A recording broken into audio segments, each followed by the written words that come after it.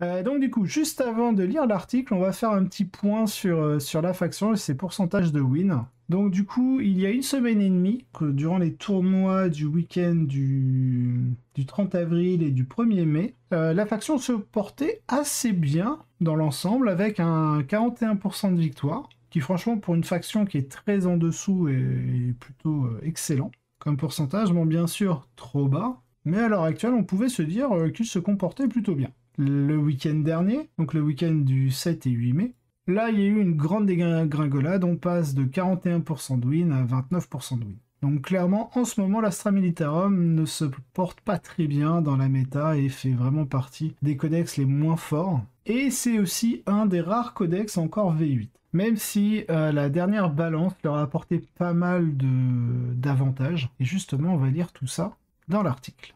Donc, Scott Horace nous parle de l'Astra Militarum. Bon, il y a toujours la petite phrase d'intro. Games Workshop a publié à la mi-avril sa grille d'équilibre du deuxième trimestre pour Warhammer 40 000, qui modifie radicalement un certain nombre de factions clés. L'Astra Militarum, les Marines et les Sœurs ont été améliorés, les Arlequins létaux et les Custodes ont été affaiblis, et certaines règles de jeu ont été modifiées. Maintenant que les Tyrannides se profilent à l'horizon, nous nous penchons sur plusieurs factions clés et examinons leur place dans cette nouvelle méta émergente. Dans cet article, Scott Horace Hérésie se penche sur les forces d'Astra Militarum et sur la façon dont les nouveaux buffs les affectent. Aperçu de la faction. Malheureusement, même avec les améliorations apportées par la Data Slate, l'Astra Militarum est toujours la pire armée du jeu à l'heure actuelle. Si la Data Slate d'équilibre a un peu amélioré les choses pour la faction en faisant en sorte qu'un grand nombre de nos touches se convertissent en blessures, je ne suis pas sûr que ce soit suffisant. D'un côté, j'ai l'impression que l'écart de puissance entre nos pires affrontements dans le jeu s'est réduit. D'autre part, le problème ici est que beaucoup des bons match-ups de la faction sont devenus beaucoup plus difficiles. Ce qui est vrai, parce qu'un très bon match-up pour l'Astra Militarum c'était le chaos. Parce qu'ils ont énormément de mécaniques, et notamment le stratagème Vengeance pour Cadia, qui permet contre le chaos de tout le rôle des touches et des blesses. Vu que les Space Marines du chaos gagnent l'armure du mépris, et en général on est sur des PA-2, notamment par exemple la Manticore, qui est force 10 PA-2, eh bien la PA-2 se transforme en PA-1, et si le Space Marine est dans un couvert léger, il a une sauvegarde de plus, donc PA-1, sauvegarde à 3+, donc il y a largement de quoi tanker. Ce qui veut dire que les améliorations apportées par la Data Slate ne sont pas très appréciées, mais les gardes a des problèmes fondamentaux en tant qu'armée qui n'ont pas vraiment été résolus par ces améliorations. En tant qu'armée, l'Astra Militarum a un énorme problème pour tenir ou exercer une pression sur le milieu de tableau, parce qu'elle n'a tout simplement pas de menace de charge. Les Bull Green sont la seule option de la faction pour une unité de ce type et ils ne font tout simplement pas le travail dans la 9ème édition. Cela continue à avoir une dynamique où, en tant que joueur d'Astra Militarum, vous devez pratiquement éliminer toute l'armée de votre adversaire avant de pouvoir raisonnablement commencer à marquer des objectifs primaires. Honnêtement, le jeu est tout simplement pas assez long pour revenir d'un déficit de score en fin de partie et la grille de données n'a pas vraiment fait quelque chose pour résoudre ce problème. Tout cela étant dit, la grille de données nous a donné de meilleures chances de tuer en première ligne et de marquer des points par la suite grâce à l'ajout d'armes gratuites, du marteau de l'empereur et heureusement de l'exemption des nerfs de tir indirect massif.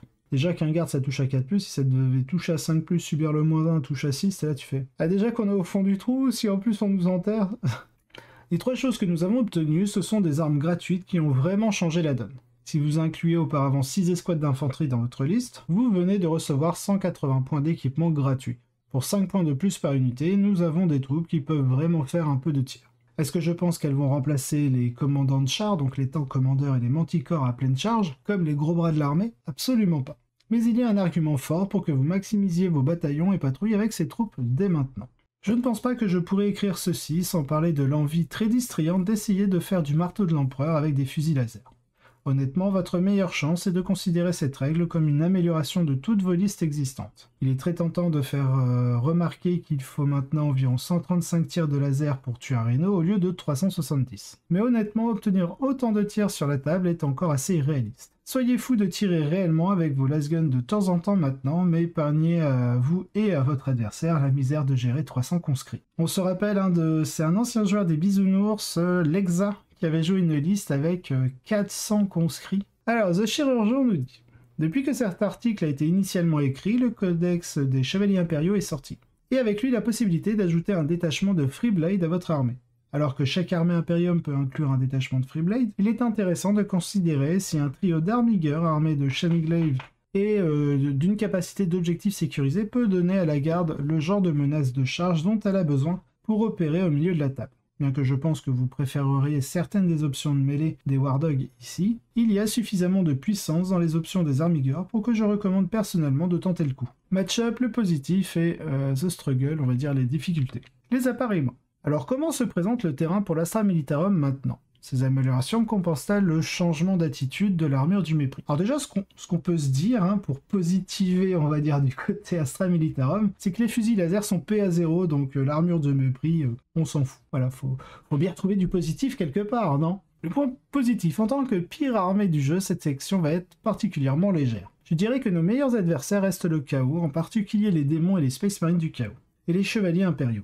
En tant que joueur de la garde, vous devriez toujours avoir au moins 3 tanks commandeurs, démolisseurs et 2 manticores à pleine charge. Ces jours-ci, j'ai utilisé un total de 5 démolisseurs dans mes listes et 3 manticores. Ah bah. Si j'ai suffisamment de couverture dans ma zone de déploiement, ces matchs se passent généralement bien. Les armées puissamment blindées étaient probablement le deuxième meilleur match-up, mais c'est peut-être plus difficile maintenant. Les démolisseurs sont devenus plus importants à cause de l'armure de mépris, et les manticores sont devenus moins efficaces à cause d'elle. Il reste à voir si ces deux types d'affrontements restent intéressants pour l'Astra Militarum. Moi, je me pose une vraie question sur la Wyvern. Plutôt que de jouer, vu qu'on va pas subir le -1 à la CT, et qu'on va pas offrir un +1 à la sauvegarde, je me dis que dans certains match-up, notamment potentiellement l'Arlequin et comment ça s'appelle, et le Craftworld, est-ce que la Wyvern serait pas intéressante? Pour rappel, ce que fait la Wyvern. La Wyvern, elle a quand même une sheet tir, hein. Elle est sur 4d6 tirs, et on peut reroll léger pour blesser. Donc 4d6 tirs, ça fait quoi? Ça fait une moyenne de 14 tirs. En 4+, potentiellement reroll des 1, ça fait 7 touches, on va dire, sans compter la reroll des 1, donc vous pouvez aller, on peut compter 8 ou 9 touches. 8 ou 9 touches, ensuite on est sur une force 4, endurance 3 contre les Eldar, donc on est en 3+, full reroll. On n'a pas de PA, donc en général ils vont être sur quoi? C'est des sauvegardes à 4+. Donc ouais, en 3+, 9 touches, en 3+, reroll, ça fait qu'on en rate une, on lui fait faire 8 sauvegardes. Franchement, c'est pas dégueu, c'est pas si horrible. Donc je me dis que plutôt que de jouer 3 manticores, jouer 2 manticores et une Wyvern, ça peut être intéressant. En tout cas pour améliorer ce genre de match-up, parce que effectivement contre le Marines, ça va pas faire grand-chose, hein. On est d'accord. La lutte, donc The Struggle. Comme c'est clairement l'armée la plus faible du jeu, cette section englobe presque toutes les armées que je n'ai pas mentionnées ci-dessus. Je n'ai pas vraiment envie de m'y attarder car c'est déprimant, et il y a une myriade de raisons pour lesquelles vous allez avoir des difficultés. Voyez mon commentaire ci-dessus sur le fait de tenir le milieu de table et il sera probablement applicable à presque tous les autres matchs. Construire pour cette nouvelle méta. Honnêtement, si vous cherchez à être le plus compétitif possible en tant que joueur Astra Militarum à l'heure actuelle, je pense que cette liste de données a un peu changé la composition de votre armée. Auparavant, j'étais un grand fan d'un bataillon d'experts en artillerie et de détails d'artillerie, donc ça va être... Attendez, que je retrouve... Voilà, ça va être les doctrines régimentaires. Alors, Big Fan Gunnery Expert, donc le Gunnery Expert, c'est ce qui vous permet de, lorsque vous déterminez le nombre de tirs pour un véhicule, vous pouvez relancer un dé. Donc c'est plutôt pas mal sur les manticores, parce que justement vous allez lancer 2 dés. Parce que c'est 2d6 tirs, vous pouvez en relancer un d2. Ou ne serait-ce que pour les tirs de tourelle, vous pouvez relancer votre d6 pour déterminer le nombre de tirs. Donc c'est super intéressant. Et l'autre c'est Spotter Detail. Alors Spotter Detail... oui, c'est ça, c'est ce que je joue.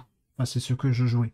C'est vous ajoutez en fait 6 pouces à la portée de vos armes lourdes qui ont au moins une portée de 24 pouces. Et c'est pour ça du coup qu'on met un canon démolisseur, parce que le canon démolisseur de mémoire il est force 10, si je vous dis pas de bêtises. Démolisseur canon, c'est ça, 24 pouces, c'est lourde D6, force 10, PR-3 dégâts D6, et c'est blast. Et donc l'intérêt du canon démolisseur à 24 pouces, c'est de le faire passer à 30 pouces, grâce au spotter détail. Parce que vu que c'est une arme lourde et qui fait au moins 24 pouces de portée, bah vous gagnez justement votre petit +6. Et donc c'est pareil, ça va marcher aussi avec des multifuseurs, parce que c'est une arme lourde qui a une portée de 24 pouces. Et là quand vous commencez à avoir des multifuseurs plus un canon démolisseur qui tire à 30 pouces, c'est dangereux pour votre adversaire. Bref, continuons. Avec mes suspects habituels et d'une patrouille de Lambda-Lion avec quelques escouades de Sion à 5 hommes et quelques Torox Prime. En raison du changement apporté aux escouades d'infanterie, je suis définitivement plus intéressé par ces escouades que par les Sion pour le moment. Les Sion, je rappelle, c'est 45 points la petite unité de 5 et ça peut FEP. Et c'est une troupe. Donc moi j'avais testé justement une soupe impériale, et c'est plutôt intéressant parce que votre petite escouade de Sion, bah, vous la mettez en réserve, elle FEP, fait automatiquement son Ashmode, parce qu'ils sont 5 figurines et c'est une troupe, donc elle a son +1. Donc très, très intéressant. Donc déjà, il nous sort un bataillon, je crois qu'il nous sort une autre, voilà, et une Spearhead. Donc dans son bataillon, au niveau de côté As, ce qui est sympa, c'est que déjà, bon, ça va rajouter un Psyker, on va dire, un peu plus fiable que les Psykers habituels que l'on peut avoir en Astra Militarum. Surtout au niveau des pouvoirs psy, c'est ça en fait qui est intéressant. Il lui a mis Castination, mais ça c'est le trait de... non, c'est le pouvoir psy. Castination, c'est un pouvoir psy où vous ciblez donc une unité ennemie à 18 pouces et visible du Psyker. Vous lancez 3d6 et si votre résultat excède la caractéristique de commandement la plus basse de l'unité ennemie, vous lui infligez des 3 blessures mortelles. Ensuite, vous avez le Warding incantation, donc ça c'est pour fournir une invulnérable à 5+. Une unité biker ou infanterie, donc là c'est principalement infanterie Imperium. Ensuite donc on a Company Commander à qui il a mis la Kilat Kurov, et en Warlord il lui a pas mis presque justement. Il joue voilà les 3 manticores, les 2 manticores il a mis le full payload, donc c'est le dégâts 3 flat sur les manticores, parce que normalement c'est dégâts D3, mais là on passe à dégâts 3 flat, donc c'est plutôt cool. Le Primaris Psyker avec la Psychic Barrière. La Psychic Barrière, c'est le +1 à la sauvegarde de mémoire. Ouais, c'est +1 à la saving throw. Et le Maelstrom, ça, je crois que c'est pour affliger des mortels. Difficulté 7, roll un D6 sur un 2+, l'unité souffre d'une blessure mortelle. Et vous pouvez réinfliger en fait des mortels derrière, c'est-à-dire que vous relancez un dé, faites 3+, etc. Potentiellement, si vous avez de la chatte, vous pouvez faire 2+, 3+, 4+, 5+, 6+, donc 5 blessures mortelles. Faut vraiment avoir de la chatte. Un tank commander, donc là il a mis en heavy bolter, hunter killer missile. En tourette, il a mis le canon de démolisseur. Ensuite, il blinde, il a 1, 2, 3, 4, 5, 6 unités d'infanterie squad. Donc il les a vraiment blindées. Il a mis Melgun, le Voidcaster, les squads d'armes lourdes dans l'As-Canon, et la Power Sword et le Bolgun sur le sergent pour ajouter justement un peu plus de punch à ces unités. Et toutes ces unités sont normalement la même chose, ouais c'est ça, Melgun et puis l'As-Can. On a un Astropathe, donc avec la Psychic Barrière, la Telepathica Stave. Il joue Cadia, pas? Non, il joue Gunnery Expert et Spotter Detail, donc il garde toujours la même chose. Il a le Worldven Psyker, donc c'est cette espèce de petite confrérie Psyker avec Gaze of the Emperor. Gaze of the Emperor, pour rappel, c'est aussi un pouvoir psy qui est capable d'infliger certaines mortelles. Et ça casse pas 3 pattes à un canard. Après, je pense qu'il prend beaucoup de Psyker pour pouvoir justement faciliter les actions psychiques. Mais enfin, particulièrement dans certains match-ups, notamment contre le Tau, contre le Necron, des trucs comme ça. Clairement, ça peut vous valider un secondaire assez facilement. Que ce soit le rituel, que ce soit l'interrogation mentale, etc. Il a une petite sentinelle armurée, et ensuite il a inspiré, et alors là il va blinder de Lehman Russ. On retrouve 2 tanks commandeurs équipés de la même manière, hein, le siège canon. Et il a 2 autres Lehman Russ de la même manière avec le démolisseur. Bah ça, il met vraiment 0 arme de tourelle. C'est vrai que les armes de tourelle coûtent cher, et une fois que vous perdez votre tank, ça fait beaucoup de points perdus. Par contre, voilà, on retrouve donc une doublette de Manticore en full payload. La dernière Manticore, franchement, pour 155 points, je pense qu'une Wyvern serait plus intéressant. Bon, ça, c'est mon humble avis.